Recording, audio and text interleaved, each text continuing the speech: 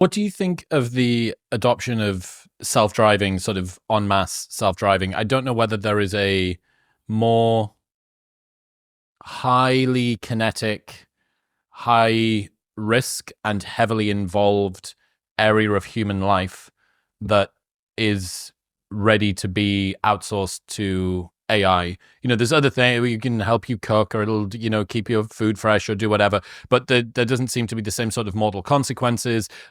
People have a very strange relationship between car safety when it's done manually and when it's sort of pivoting to that. Is this just some conceptual inertia thing that we're moving through over time, slowly, as usual?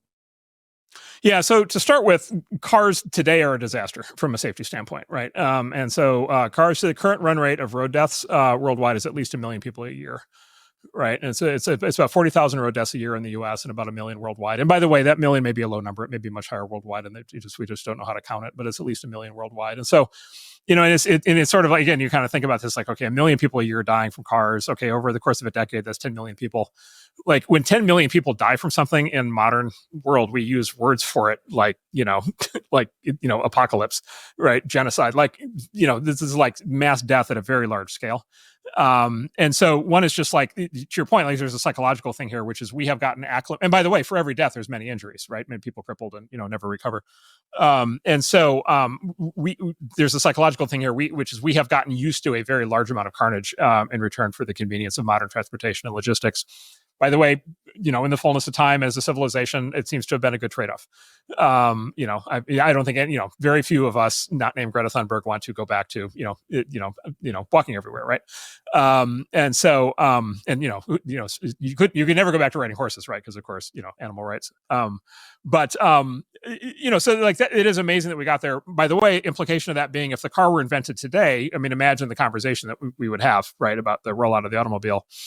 Right, which is like, okay, the plan is to strap people into 6,000 pounds of steel and glass. And then the plan is to shoot them down, a road that may or may not, be in good shape at 60 miles an hour. And then they're going to shoot them at each other. And then we're going to have this safety measure. The safety measure is going to be, we're going to paint a line down the center of the road.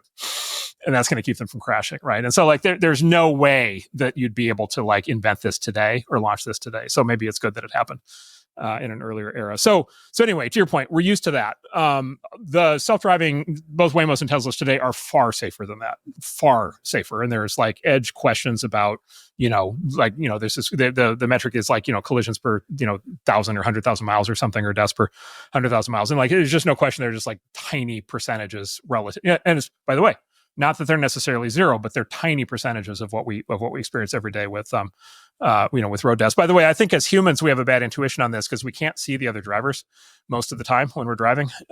So I find the cure for people who need to think about this harder is to just go spend a day sitting at the DMV and just watch the parade of humanity and watch the people who have to be physically steered by their relatives in front of the camera to get the new driver's license at age 90, right? Like, so we just, and then get, if you had like an x-ray machine into cars that are driving past you to see how many people are just texting, right? Or how many people have been hitting the vape for the last 3 hours, right? So like, there's no question that the technology we have is much safer. There's a societal question as to whether we want where we want the trade-off to be.